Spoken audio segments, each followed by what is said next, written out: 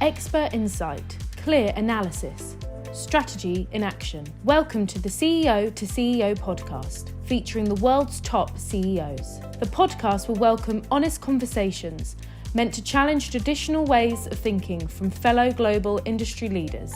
This podcast will also explore the intricate world of M&A from an insider's perspective. M&A is a big deal, one in which you can drive the future of your business, your industry, and even the trajectory of the marketplace. This podcast is hosted by Kevin Campbell, CEO of Syniti. Syniti is a global enterprise data solution provider specializing in data operations and data transformation. Kevin is a global champion in data and has served as the former Group Chief Executive Officer at Accenture and COO of Oscar Insurance Corporation. On this week's podcast, Kevin sits down with Cindy Salas Murphy, a 20-year healthcare executive and entrepreneur. Today, Cindy is CEO and founder of WithHealth, a San Diego-based telemedicine company that is making primary and specialty care accessible and affordable.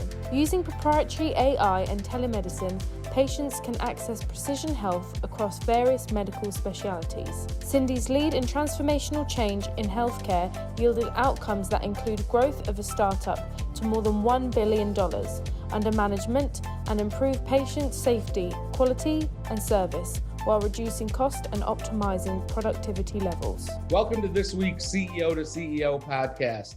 And this week, I am excited and pleased to have my good friend, Cindy Murphy, on as the CEO of WithHealth. Cindy's the founder of WithHealth and the CEO right now. So I figured, Cindy, we'd start with giving our audience a little bit about your background and how you got to the point where you founded WithHealth, and then we'll talk a little bit more about that. Oh, well, thank you, Kevin. And thank you for having me on. What an honor to be on with you. Not only are we good friends and for quite some time now, I can't believe how time has flown. But also you've been instrumental in my life, in my career. So this is just so wonderful being on with you, and thank you so much. So starting off a little bit about me, I am a scientist by training, and really I'm on this journey because of mentorship. Very young, I had a phenomenal mentor, and she said to me, as she saw me working the bench and writing papers and presenting papers, she knew that my passion was not in running Western blots all day long. She knew that my passion lied elsewhere, and it was with people. And so she said, go run a hospital somewhere. And so I pivoted and went back to school and did a graduate degree, and really the rest is history. I found tremendous passion in making healthcare accessible for everyone. And as time has gone on, I've learned so much by running large multi-specialty medical groups and hospitals, and then going on to a startup, which was very different from me. I grew up inside hospital systems, and doing this startup was a master class. And it was a master class for a variety of reasons. It taught me about working through purpose. It taught me how to live in passion and share that passion with others, and really through influence. Because when you're going from the outside in, helping other organizations, the power of influence then becomes your currency. And that influence is really fueled by passion. It's fueled by truth. It's fueled by inspiration. And so I feel so very privileged to have had that experience. And in that, actually, with one of my board members of my previous startup, we did a tour around and met with healthcare executives. And we were talking about what was ailing healthcare. And what I quickly learned, Kevin, is that access to care and affordability continued to be an issue. And so it was on a flight home from New York that I sat down and wrote out the business plan for WithHealth. I knew that we could fix it. I knew that I had it in me. And I knew that I had really smart people around me to advise me, to give me good ideas, and also to poke holes all over my ideas. So as quickly as I finished it, I got on the phone and called some of the smartest people I know. And you were at the top of that list, as you know. But now your viewers know. Kevin was one of the first phone calls I made. And I asked Kevin to poke holes all over my business plan. And truly, we were able to create the organization that we have today. And so in 2017 began the journey of WithHealth. And WithHealth is a precision health telemedicine company that is making a difference in the lives of patients and making healthcare affordable and accessible for everyone. We're a membership model, a subscription model, which works very well. And we have doctor's visits that range from $40 to $80 across all specialties without having to touch your insurance. So it's now less expensive than your copay. It's less expensive than your coinsurance. And what it also does, it doesn't impact the bottom line for the claims that go in through insurance, and it puts the patient in control. And so all of that brings us to where we are today. That's been about 4 years right now, right? Since Almost. we had those conversations and you got that going. Access, membership model. What were the other things that you thought about that you wanted to be? Obviously, you're thinking about how am I solving the access to care, which we knew was your number one objective, but also how are you going to be different than other models that people had? Exactly. And so enter the genomics piece, enter the precision health piece. And where we were 15 years ago in using the human genome and how do we use that with care delivery, there was none of that, right? We were just learning about it, and to run the test was $1 million. And so even 4 years ago, the price point had dropped so significantly, and now even further, that we knew that using DNA was something that we could make relevant to all physicians. Physicians don't normally get trained in genomics. They get trained very, very little. If you're over 50, you got 8 hours of training in your entire medical career.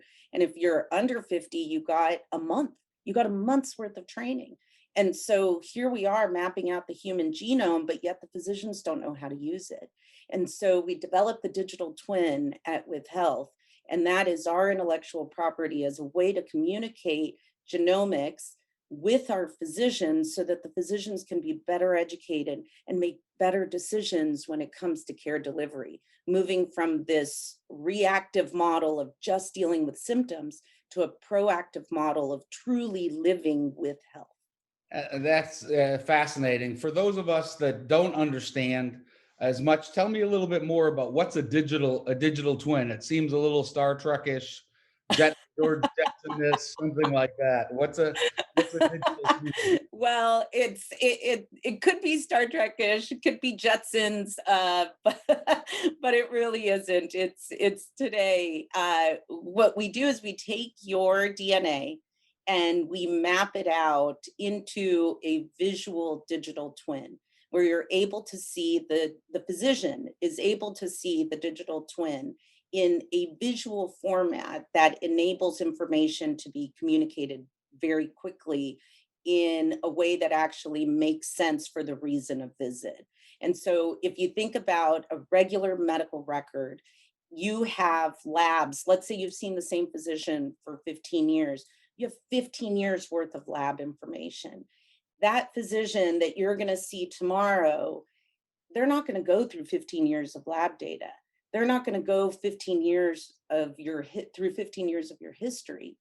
They're going to go from your last visit, maybe the visit before, and sometimes they're not even going to look at it. They're just going to see you for what you're there today, because they have to get you out in 6 minutes, because they have the next patient and they're going to have to chart for 13 minutes after you leave.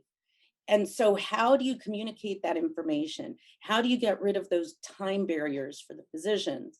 And that's where the digital twin takes place. So we visualize the data in a way that they could see your lab data, your pre-existing conditions, but also they can see your genomic information in a visual format so that they can better create a plan with you as they're seeing you for whatever reason you came to see them today.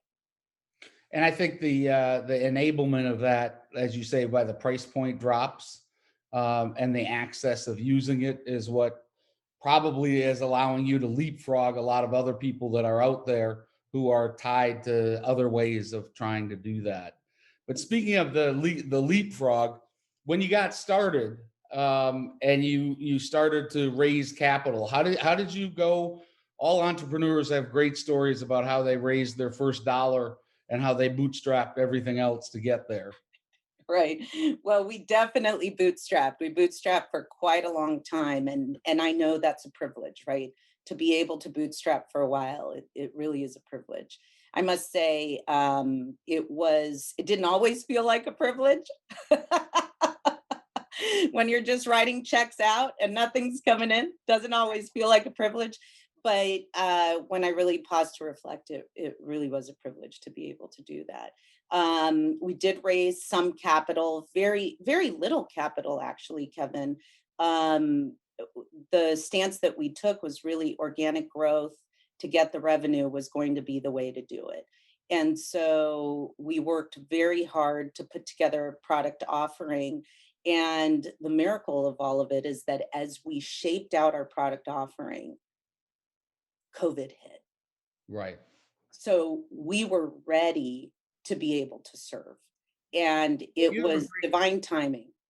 You have a great story about COVID, because for most people, COVID was, oh my goodness, our business has just dramatically changed. What are we going to do? But you had started to build and had a ways along for building your team. But then tell me how your pivots happened to doing some of the stuff that you're doing now. Yeah.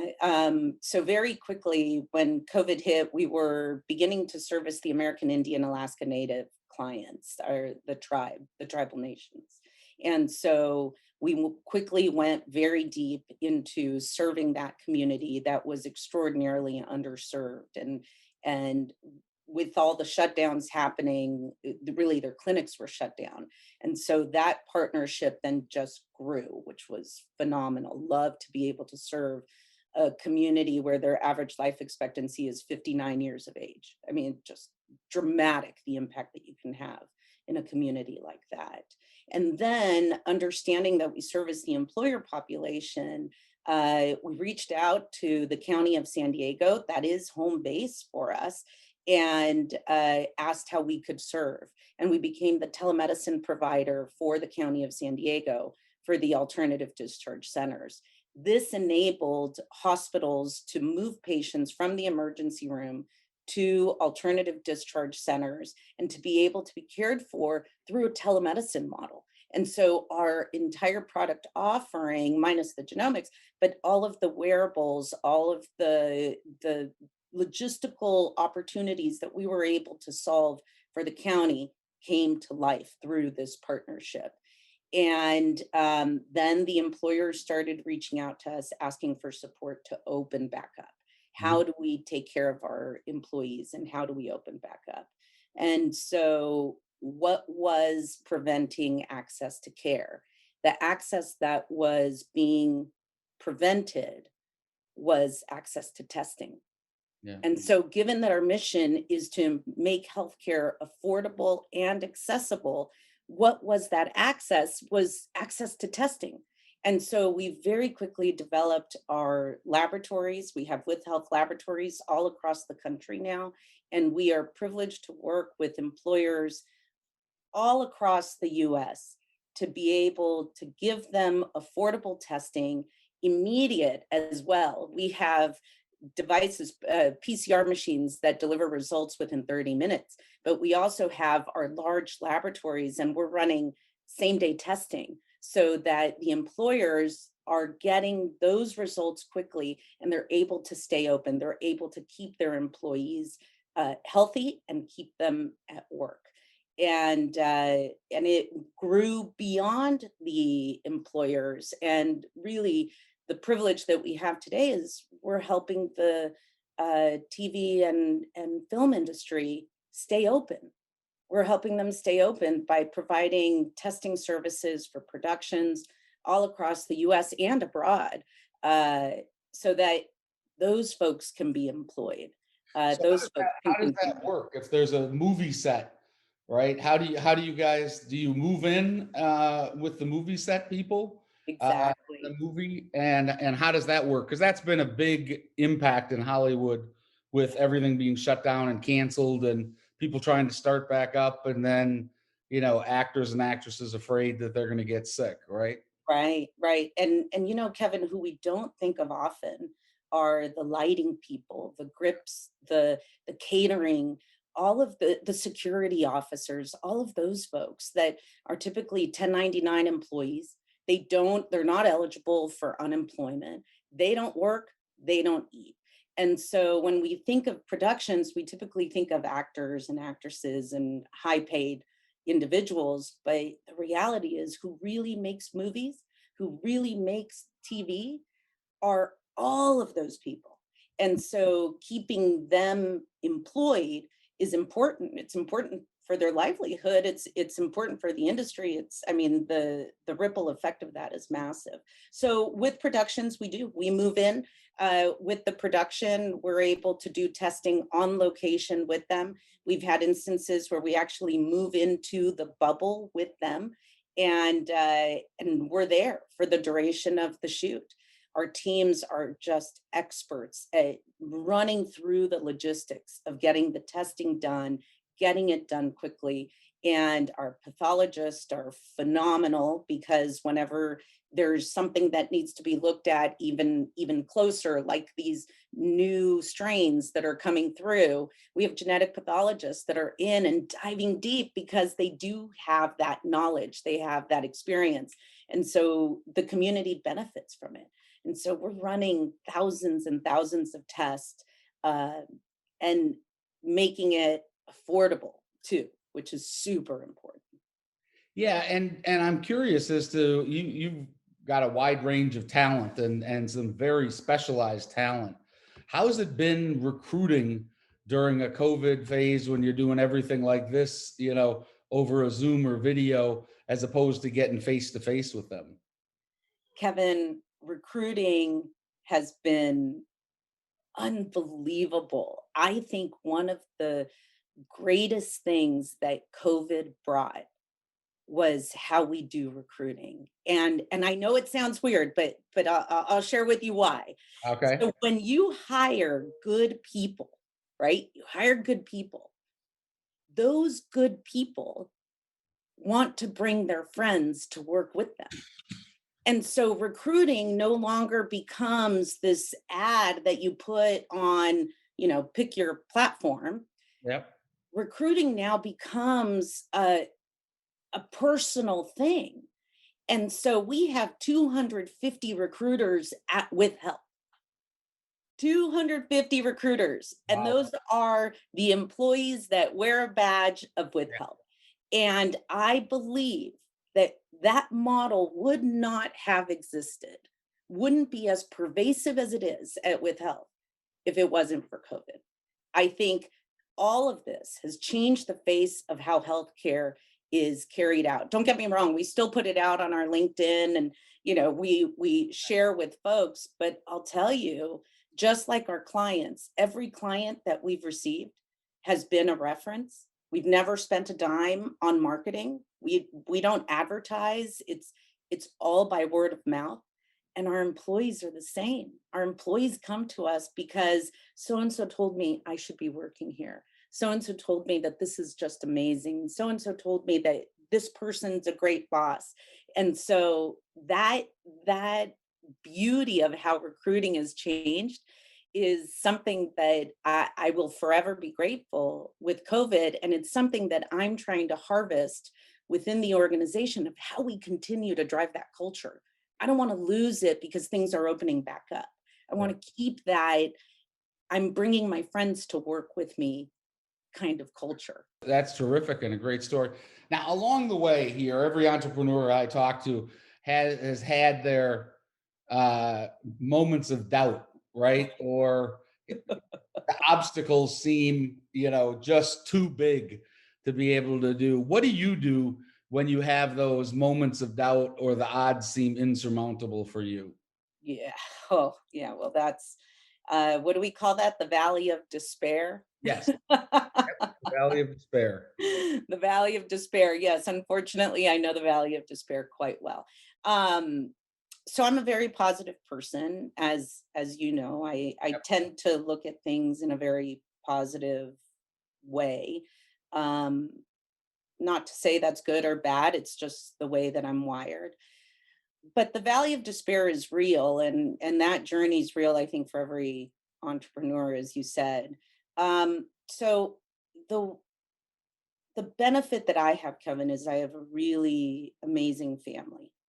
And when I feel that valley of despair, I think one of the things that really lights me up is holding on to my kids and hugging them tight and seeing how appreciative I am for them being them, for the reality of being a mom. I also have my faith, and I have a very significant spiritual practice. So I use centering every morning. I do my meditations and prayers every morning, because it helps me.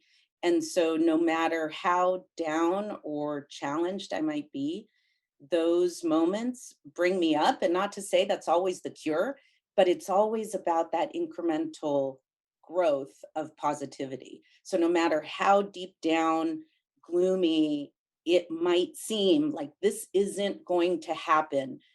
Oh my goodness, do I have it in me to do another day? Do I have it in me to go one more month? And when you see the beauty of love of family, you see the beauty of, something just goes right and you get every green light on the way home, then seeing the things that do actually work, that just creates momentum from that contrast. And so I think for me, it's really important to just observe what's around me, to be present in the moment. And you're right, you're a positive person. But so you don't get in trouble, you didn't mention your husband, who is also a very positive person. So Yes, yes. I'll make sure you don't get in trouble and make sure you mention that X is. I know that he has a positive influence on you too. So He is he doesn't just have a positive influence. He is just a force of nature. He's a force of nature. I'm very blessed to be married to my best friend. And look, let me tell you, there's always contrast there too. but but he does have this incredible force about him that he just wants to do good for the world.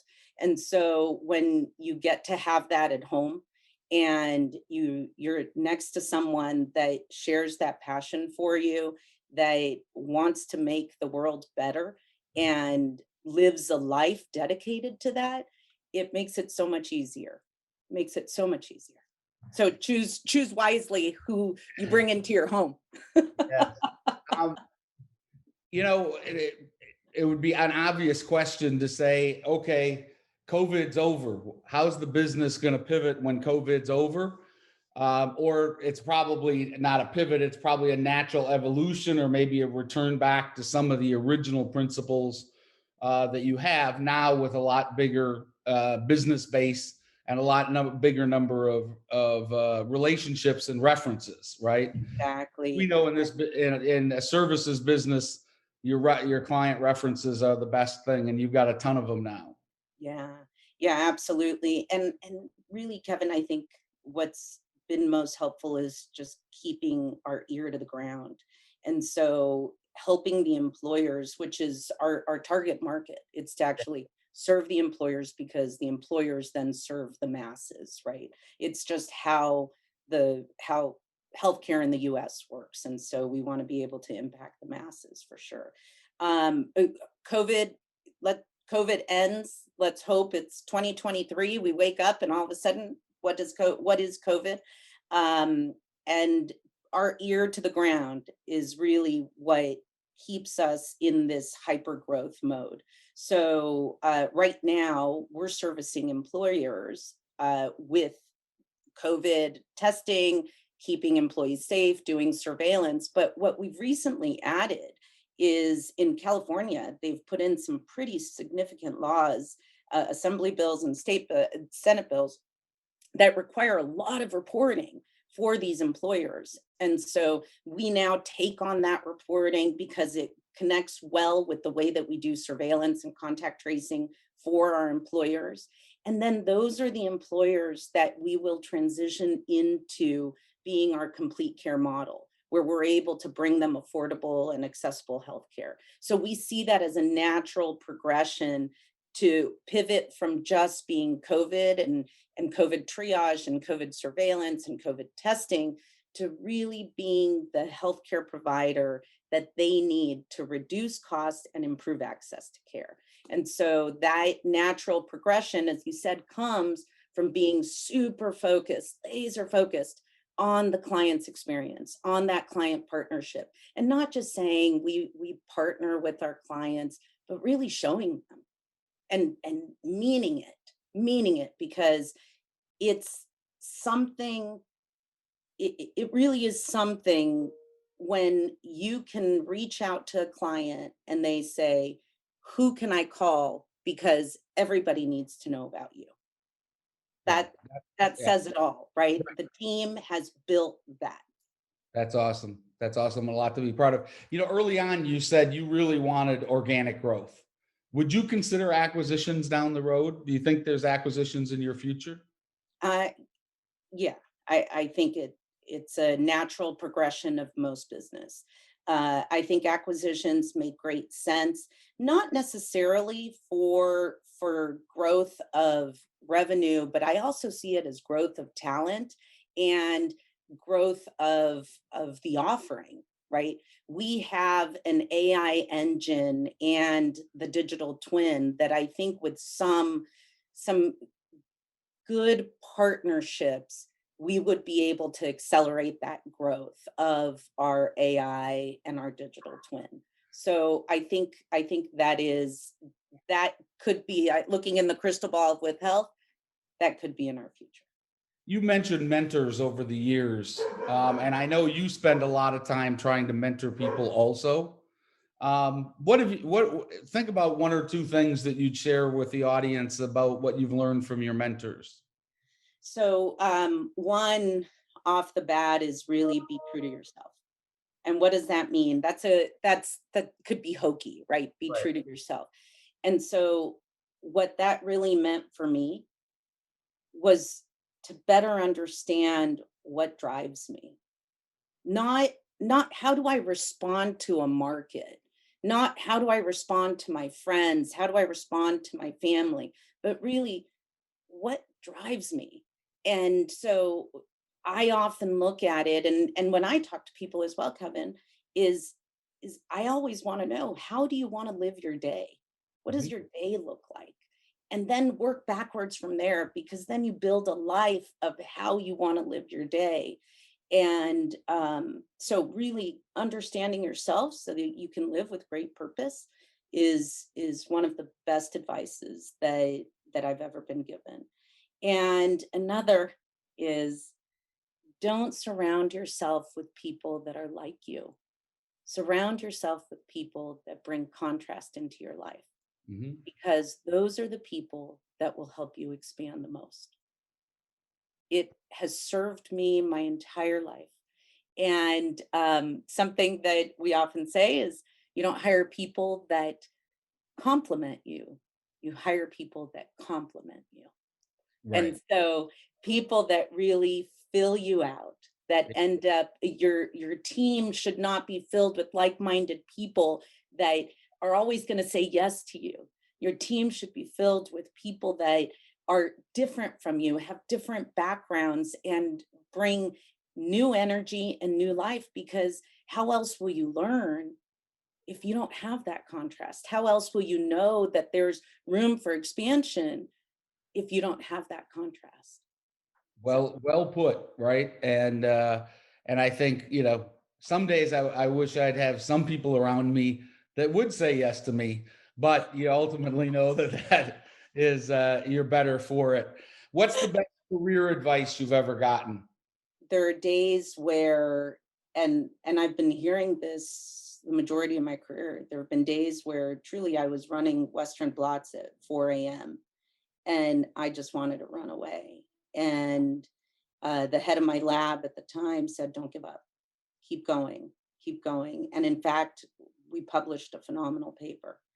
When I was in graduate school, things looked really difficult. And I was working with a group of CEOs out of the Netherlands, actually. And I just didn't know how we were going to get through that. They wanted to implement DRGs, a new payment model.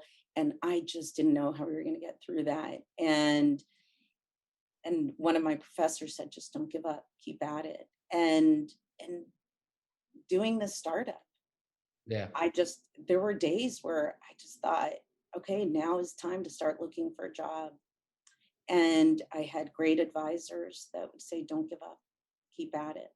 So I think when you have alignment and you know that you're doing the right thing, hearing those words, don't give up, means a lot.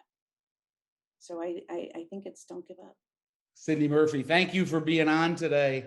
We really, really enjoyed talking with you. Your business is fascinating and a different model for all of us. So I hope you don't ever give up. If people want to find more about WithHealth and be a member or anything just to learn more, where do they go? Thank you, Kevin. Thank you for having me. And I'm just so grateful for you. If I could just take 2 seconds to say thank you, because what you're doing, what you've built with Syniti, gosh, Kevin, it's the dream. It's the dream. You're taking what you know and living out your passion. So helping people grow and mentoring people. This podcast is about that. People are listening to your podcast because they want to grow as well. So thank you for having me on. Thank you for doing this podcast. You're amazing. And, I think the world of you, just love you to pieces. So thank you so much. So to learn more about WithHealth, visit us at withhealth.com, and we're happy to hear from you. Drop us a line. You can reach out to me directly, cindy.murphy@withhealth.com. Happy to take your emails and take any questions that you might have. If we could just be a resource, if we could just be of service, just reach out. There's no commitment, no sales, nothing like that. If you have any questions, just need a resource, reach out. We're here for you. Thanks. And Cindy, thanks for being on CEO to CEO. Tune in next week when we'll have another guest on CEO to CEO. And everybody have a great week and stay safe. Thank you for joining the CEO to CEO podcast. Join us next time as we uncover data strategies to support mergers, acquisitions, divestitures with the world's top CEOs.